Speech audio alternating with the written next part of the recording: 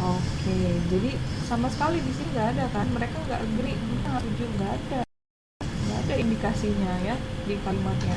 Tapi kalau mereka setuju juga nggak ada. Jadi jawabannya yes and no karena ada kata ordernya itu.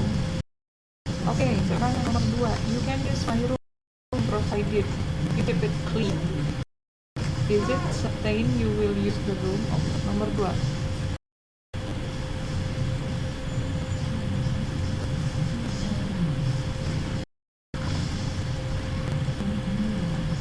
Kamu dapat menggunakan kamar saya asalkan kamu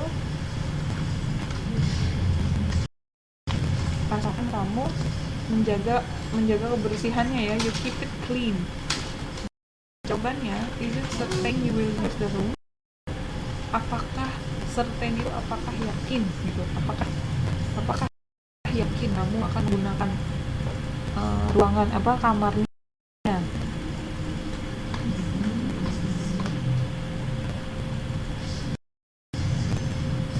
Mbak Titin jawab yes or no.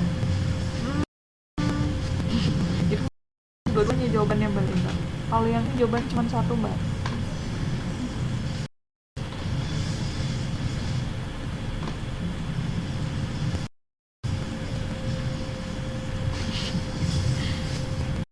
Is it certain? Berarti kalau jawabannya yes, berarti iya, dia yakin dia bakalan menggunakan kamarnya gitu Mbak.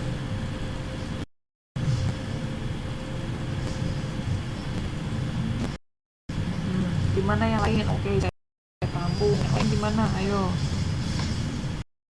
Is it certain you will use the room?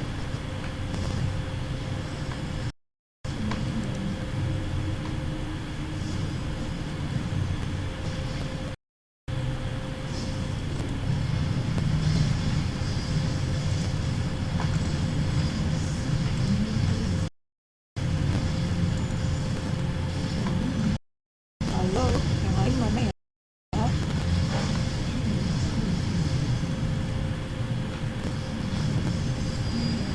Yes, karena ada persetujuan dari kedua belah pihak. Oke, berarti jawabannya Mas Roni sama Mbak Titi. You can use, kamu dapat menggunakan kamar saya, provided that ya ini ya.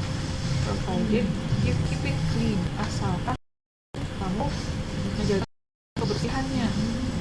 Kalau diartikan dalam Indonesia gitu kan, asalkan tidak kotor gitu ya, asalkan nggak kotorin gitu. Nah pertanyaannya, is it certain you will use the room? Apakah pasti gitu? Apakah pasti kamu akan menggunakan kamar itu?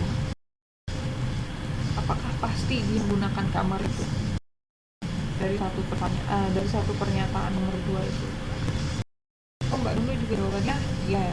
Oke, jawabannya yang benar adalah no.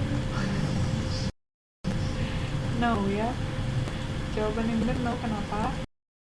Karena di sini nggak ada kata-kata kalau ya kan di sini pertanyaannya is it certain, apakah sesuatu yang pasti kalau dia itu akan memakai kamar tersebut? Apakah pasti? Enggak kan? Enggak pasti kan? Karena pernyataan nomor 2 itu hanya kayak memberikan suatu penjelasan gitu. Kamu boleh pakai kayak peringatan juga, kamu boleh pakai kamar saya asalkan jangan kotor gitu. Asalkan dijaga kebersihan. Itu itu tidak menunjukkan kalau si orang ini pakai kamarnya kan.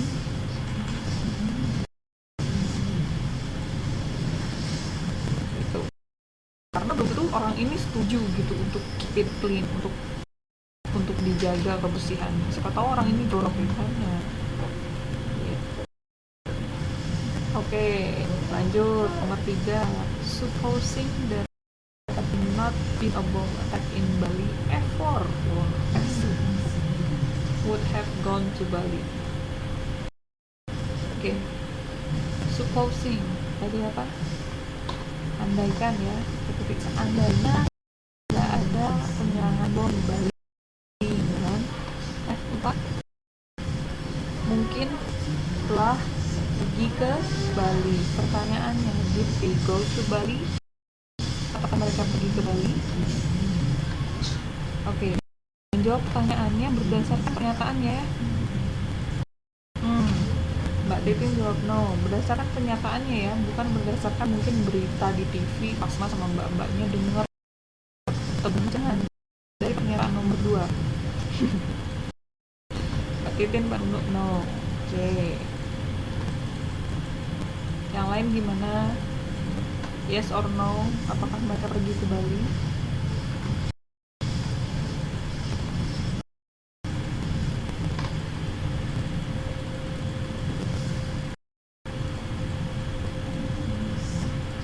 Mbak Nur juga no.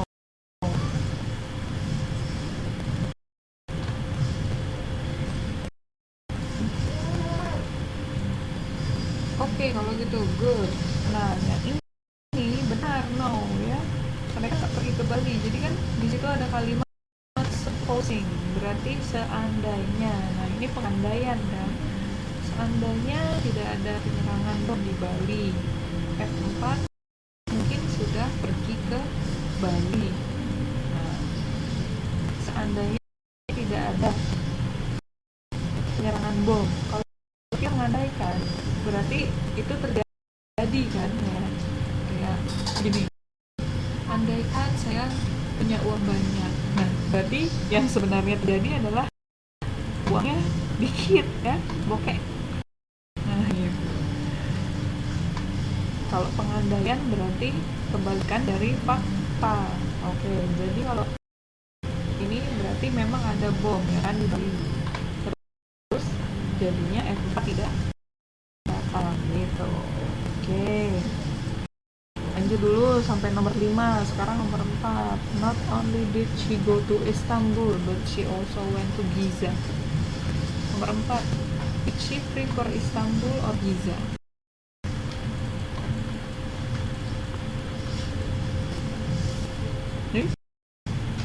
Ayo, pertanyaan ini this is not yes or no question pertanyaannya did she prefer. Oke, this is yes or no question. Did she prefer Istanbul or Giza? Oh enggak, dia nanya apakah dia lebih milih Istanbul atau Giza. Not only did she go to Istanbul, but she also went to Giza. Jadi dia prefer itu apa? Prefer lebih memilih Istanbul atau lebih memilih Giza?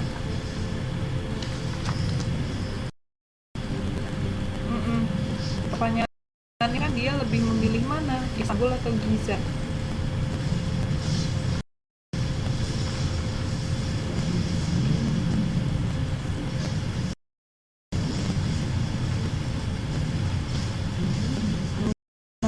Betul Mbak Nur, she prefer both ya, karena pernyataannya nomor 4, pernyataannya not only, tidak hanya dia pergi ke Istanbul ya kan, tidak cuma ke Istanbul tapi dia juga pergi ke Giza ya, tapi dia juga pergi ke Giza. Jadi mana yang dia prefer? Both, karena dia memang pergi ke dua tempat tersebut. Oke, nomor 5. I hardly see him accepting phone calls. Nomor 5 ya, does he ever accept a phone call? Apakah dia pernah menerima sebuah telepon?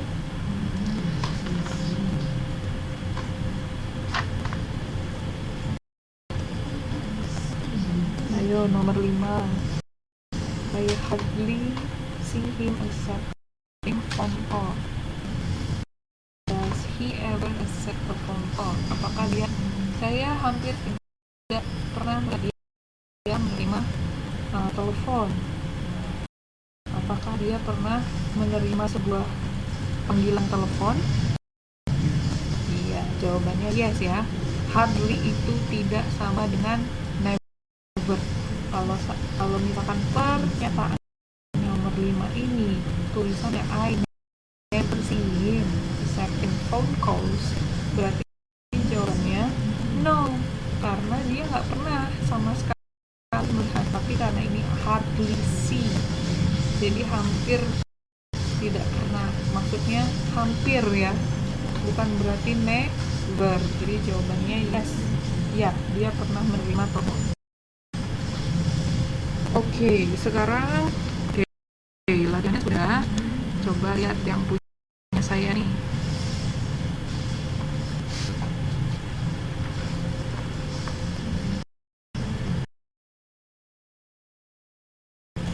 Nah, ada 4. Sekarang persatu dulu. President Ma did not attend the students' demands. There will be a huge protest in Taiwan. Okay, did the protest happen?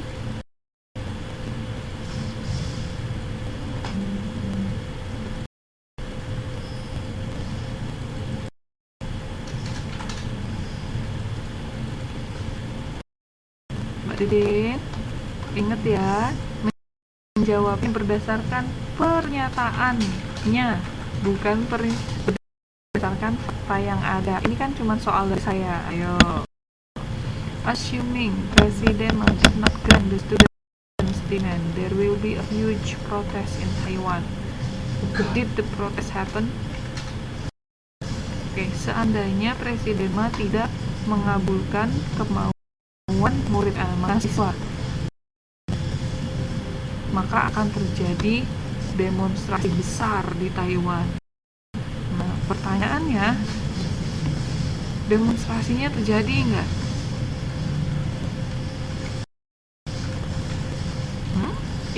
Ini ada di sini Mbak, nih, di sini nih, di PPT-nya nih.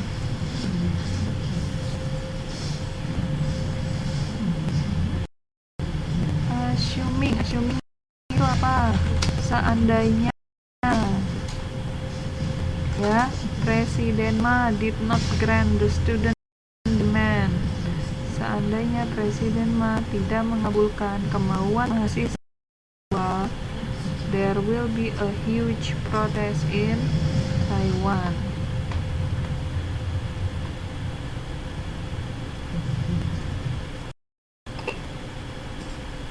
Nah, pertanyaannya, did the protest happen? Did the protest happen? Nah, demonstrasinya terjadi nggak? Protesnya terjadi nggak? Berdasarkan ini. Nah, berdasarkan pernyataan ini.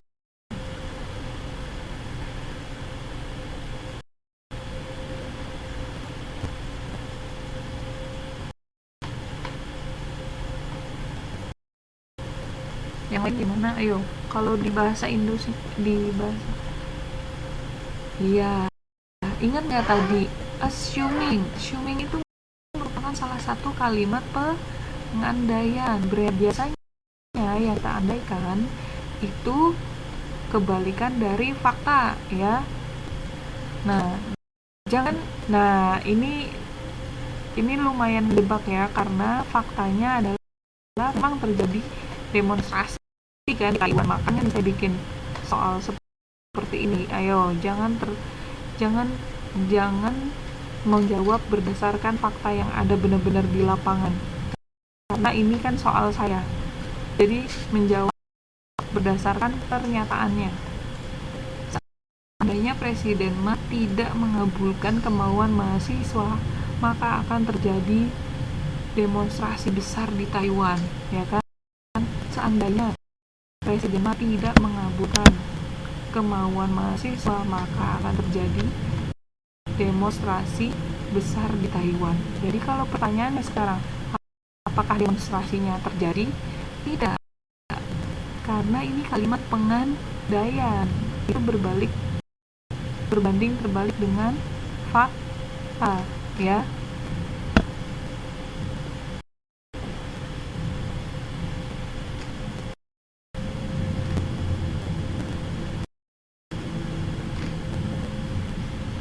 Nah, oke.